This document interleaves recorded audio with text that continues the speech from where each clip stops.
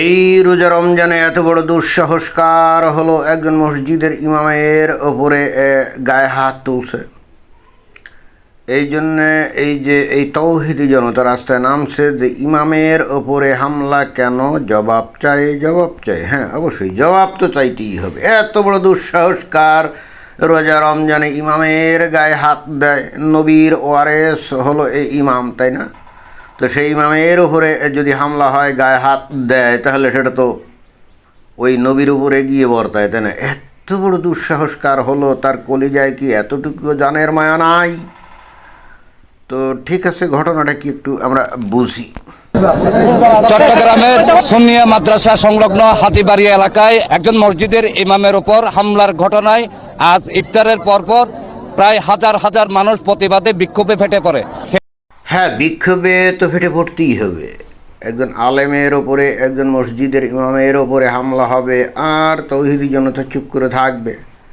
এটা তো হতেই পারে না। তো সেখানে কি হাজার হাজার মুসল্লি তৌহিদি জনতা রাস্তায় নামছে নাকি? রাস্তায় নামা উচিত ছিল তো লক্ষ লক্ষ। এবং যারা এই খবর পেয়েও এই রাস্তায় এসে আন্দোলনে সামিল হয় নাই, প্রতিবাদে সামিল হয় নাই, তাদের জন্য বেহেশত তো হারাম হয়ে যাবে। রোজা রমজানে ইমামের ওপরে হামলা হবে, আর তৌহিদি জনতা সেটা শুনেও ঘরে বসে থাকবে। এর জন্যে কিয়ামতের মাঠে আল্লাহ কিন্তু তার কঠোর বিচার করবে, এতে কিন্তু অন্তত আমার কোনো সন্দেহ নাই। এরই সময় হুজুরের মাইকে ডাকাকে কেন্দ্র করে ইমাম সাহেবের উপর এই হামলা চালিয়েছে। আচ্ছা, হুজুর মাইকে ডাকাডাকি করছে, কি বিষয়ে ডাকাডাকি করছে? যে ডাকাডাকি করার কারণে কোনো একজন মমিন মুসলমান সে গিয়ে এই হুজুরের ওপরে হামলা করলো, এত বড় দুঃসাহস তার! ইমাম ডাকাডাকি করবে মসজিদ থেকে মাইকে, এটা তো তার অধিকার, ইমানি দায়িত্ব, এবং এই দায়িত্বটা তো তাকে সমাজে দিয়েছে, তাই না?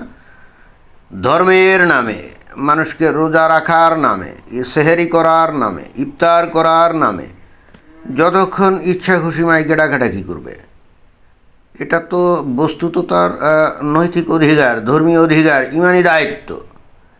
তো এই দায়িত্ব পালনের জন্যই তো তাকে মাসে মাসে মমিন মুসলমানরা বেতন দেয়। এখন সেই দায়িত্ব পালন করতে গেলে যদি তার উপরে গায়ে হাত তোলা হয়, তাহলে এর সাথে জঘন্য অন্যায় তো আর হতেই পারে না।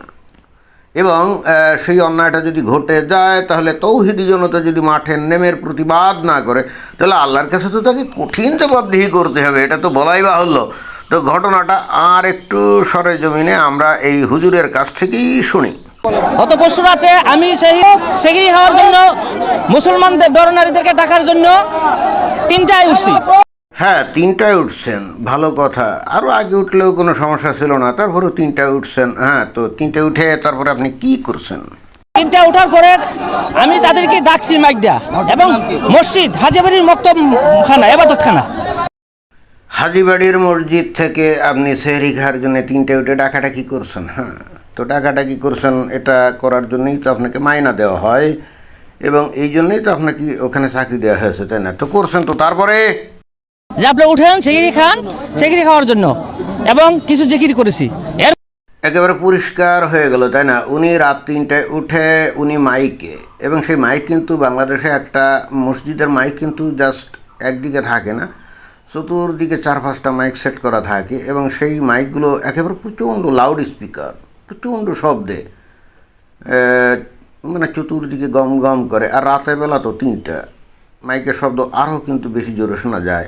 তো উনি কী করছেন? উনি কিন্তু সেহরি খাওয়ার জন্য ডাকছেন, এবং খালি ডেকে উনি থামেন নাই, এরপরে উনি কিন্তু জিকির আজকার শুরু করে দিয়েছেন, এবং সেটাও কিন্তু ওই মাইকে।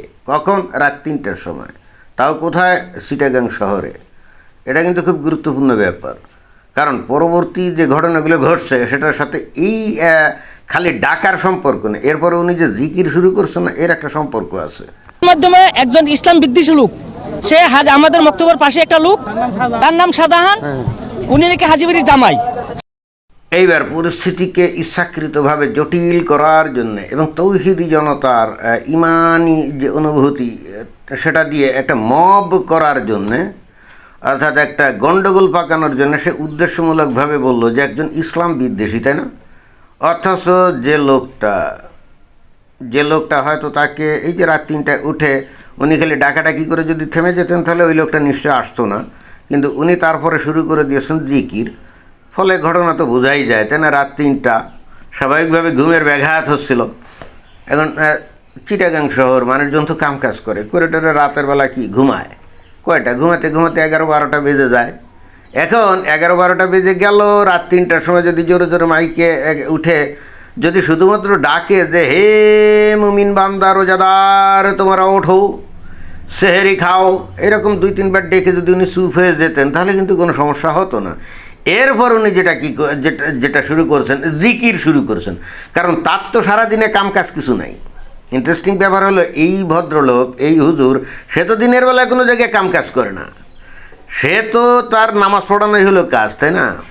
কিন্তু সাধারণ পাবলিক তারা তো সারাদিন কাজ করে, কেউ কারখানা যায়, কেউ অফিসে যায়, কেউ ব্যবসা প্রতিষ্ঠানে, যার যার কামে ব্যস্ত থাকে না, ব্যবসা বাণিজ্য করে না। তো সে এসে যদি 11-12টার সময় ঘুমায় আর তারপরে যদি 3টার সময় উঠে এই লোক যদি জিকির আজকার শুরু করে দেয়, তাহলে ওই সাধারণ যে শ্রমজীবী মানুষগুলোর পরিস্থিতি কি দাঁড়ায়? কিন্তু তারপরও সাধারণ তৌহিদি জনতাকে কী করতে হবে? উত্তেজিত করতে হবে। এবং এই জন্য সে উদ্দেশ্যমূলকভাবে যে লোকটা হয়তো তার এই ঘটনার প্রতিবাদ করেছে যে হুজুর আপনি এই এত রাতের বেলা মানে কেবলমাত্র ঘুমিয়েছি, আপনি ঝামেলা করতেছেন, মানে আপনি জিকির আজকার করে আমাদের ঘুমের ব্যাঘাত ঘটাচ্ছেন, তাকে কিন্তু এখন একটা মব করে তাকে হয় পিটায় মেরে ফেলতে হবে অথবা হাড্ডি গুড্ডি কিছু ভাঙতে হবে। তাহলে পাবলিককে একটু উত্তেজিত করতে হবে না? তৌহিদি জনতাকে উত্তেজিত করতে হবে না? এই জন্যে এই হুজুর কিন্তু উদ্দেশ্যমূলকভাবে সেই ব্যক্তিকে কিন্তু বলে দিল ইসলাম বিদ্বেষী। অথচ বাস্তবে গেলে দেখা যাবে যে লোকটা হয়তো এই হুজুরের এই কাজের প্রতিবাদ করছে, সে নিজে হয়তো দেখা যাবে যে এই হুজুরের সাথে অনেক বেশি ধার্মিক, কিন্তু এখন হুজুর তো মনে করে যে ইসলাম ধর্মের নামে সে যা ইচ্ছে খুশি করবে, সারা রাত ধরে জিকির আজকার করবে, আল্লাহর নাম কাম করবে। কেউ কি বাধা দিতে আসবে? আর যদি কেউ বাধা দিতে আসে সেটা কি মানবে? তখন যে বাধা দিতে আসবে তার কি অসুবিধা হচ্ছে না হচ্ছে এটা তো হুজুরের দেখার বিষয় না, কারণ হুজুরের আর তো কোনো কাজ নেই। সে তো দিনের বেলা অফিসেও যায় না, কারখানায়ও যায় না, কিচ্ছু করে না। অতএব সে তো সারাদিন ঘুমায়, রাতের বেলা সারা রাত সে জিকির আজকার করতেই পারে। কিন্তু সাধারণ পাবলিক তো সারাদিন ঘুমায় না, তাদের তো কাম করতে হয়। কিন্তু তারপরে এই হুজুর মনে করে যেহেতু এটি ইসলাম ধর্মের ব্যাপার, অতএব সে যা ইচ্ছে খুশি করতে পারে। সে কিন্তু জাস্ট 1বার বা 2বার নাইলে 3বার বলতে পারতো হে রোজাদার তোমরা সবাই ঘুম থেকে ওঠো, সেহেরি খেয়ে নামাজ পড়তে যাও, এটুক বললেই কিন্তু হয়। তাহলে যে রোজাদার তারা ঠিকই জেগে যাবে। এছাড়াও যারা রোজাদার তারা ওই ভোরবেলায় মানে 3টে, 3:30 বা 3:45টার সময় নির্দিষ্ট সময় ওঠার জন্যে তারা কিন্তু সেই ব্যবস্থাটা তারা নিজেরাও রাখে। এমন না যে তারা নিজেরা রাখে না, ওই হুজুরের ডাকের অপেক্ষায় থাকে, যে বিষয়টা হলো এরকম না। কিন্তু এই হুজুরেরও ওই সমস্ত কেয়ার করার দরকার নেই তো, এবং কেয়ার করবেও বা কেন? কারণ ধর্মের নামে যা ইচ্ছে খুশি করা যায়। এবং এর এগেনস্টে কেউ কিছু বললে সাথে সাথে তাকে নাস্তিক ট্যাগ দিয়ে, ইসলাম বিদ্বেষী ট্যাগ দিয়ে তার উপরে ঝাঁপিয়ে পড়া যায়। হুজুর বস্তুত কৌশলে সেই কাজটাই করার এখানে চেষ্টা করলো। এই জন্য ওই ব্যক্তিটাকে বললো যে ইসলাম বিদ্বেষী, রাইট? অর্থাৎ এখন এখানে যারা আছে এরা তো প্রচণ্ড ক্ষিপ্ত হয়ে এখন হয়তো সেই লোকের বাড়ি গিয়ে ভাঙচুর করবে, আগুন জ্বালাবে, আর ওই লোককে হাতের কাছে পাইলে পিটিয়ে হয়তো আড্ডি গুড্ডি গোল করে দিবে, নইলে একেবারে পিটিয়ে মেরে ফেলবে। এবং এটাই কিন্তু ঘটার সম্ভাবনা অত্যাধিক। তো যাই হোক, বাংলাদেশ ধর্মোন্মাদের দেশ, এখানে ধর্মের নামে আপনি যা ইচ্ছে খুশি করবেন, অন্য মানুষের সুবিধা অসুবিধা আপনার দেখার দরকার নেই। এই হুজুরের একটাবারও মনে হয় নাই যে সে তো সারাদিন কাজ করে না, সে তো সারাদিন ঘুমায় থাকে। হ্যাঁ, হুজুরা কিন্তু সারাদিন ঘুমায় থাকে, অর্থাৎ তার তো কোনো সমস্যা নেই। কিন্তু সাধারণ শ্রমজীবী মানুষ, তাদের তো কাজ আছে, সারাদিন তো কাজ করে। রমজান মাস বলে যে কাজ বন্ধ তা তো না। তো তার সে ঠিকমতো ঘুমাতে পারবে কি পারবে না, বা তার ঘুমের ব্যাঘাত হচ্ছে কেন, এইটা কিন্তু এই হুজুর দেখবে না। কারণ বিষয়টা তো ইসলাম, বিষয়টা তো ধর্ম, এবং এমন একটা সাবজেক্ট, এইটা নিয়ে কেউ কোনো কথাই বলবে না, তাই না? শুধুমাত্র 3টায় উঠে যে ওই জিকির আজকার করে যে চতুর্দিকে মানে একটা প্রচণ্ড রকমভাবে যে একটা শব্দের একটা দূষণ ঘটাচ্ছিল, এই কমন সেন্সটা কিন্তু তার নাই। ও তো 3টার সময় উঠে এইটা করছে, তাই না? সন্ধ্যা থেকে যে করে না এটাই তো বেশি, এবং এইগুলো করে যাবে, আপনি কিছুই বলতে পারবেন না। এবং এই একই ঘটনা আর একটা কী ঘটে, খালি এইটাই নাকি না, এই 3টার সময় দেখবেন যে কিছু ছেলেপেলে দল বেঁধে এই মসজিদ থেকে মানুষের বাড়ি বাড়ি গিয়ে গেটের উপরে এমন বাড়ি মানে প্রচণ্ডভাবে লাঠি দিয়ে পিটানি দেয়, মানে আওয়াজ করে, মমিন মুসলমান ওঠো।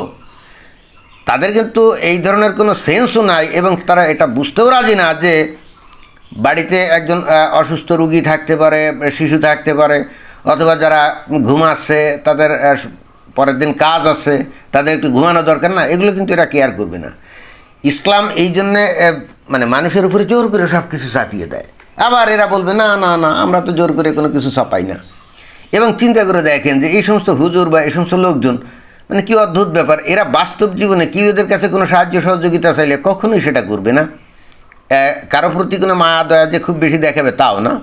এরা যে কোনো মানুষ বিপদে পড়ছে একেবারে তাকে বিপদ থেকে উদ্ধার করার জন্য ঝাঁপিয়ে পড়লো তাও না, বিশেষ করে অন্তত হুজুরের ক্ষেত্রে। সাধারণ মানুষ অনেক ক্ষেত্রে বিপদ আপদে ঝাঁপায়, বাট এই হুজুররা কিন্তু কখনো সেটা করে না। এই হুজুরকে কাছে ভিখারিরা কখনো ভিক্ষা পায় না, তা সে ল্যাংড়া হোক আর আতুর হোক। অথচ এই লোক পণ করেছে সমস্ত মুমিন মুসলমানদেরকে সে বেহেশতে নিয়ে যাবে এবং 72 হুরের ব্যবস্থা করবে। দেখছেন, এই জগতে সে কাউকে কোনো কিছু দিতে রাজি না, দেবেও না, তার থাকলেও দেবে না, খালি সব বাকি বকে মানে পরজগতে নিয়ে যাওয়ার জন্যে তার এত উদাগ্র কামনা।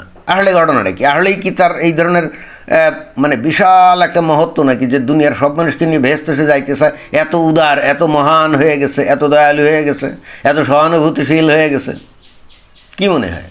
আসল ঘটনা হচ্ছে এরা রমজান মাস আসলে নিজেদেরকে বিশাল রাজাধিরাজ মনে করে এবং মনে করে যে ইসলামের নামে তারা যা ইচ্ছা খুশি করবে, কেউ তাদেরকে কিছু করতে পারবে না।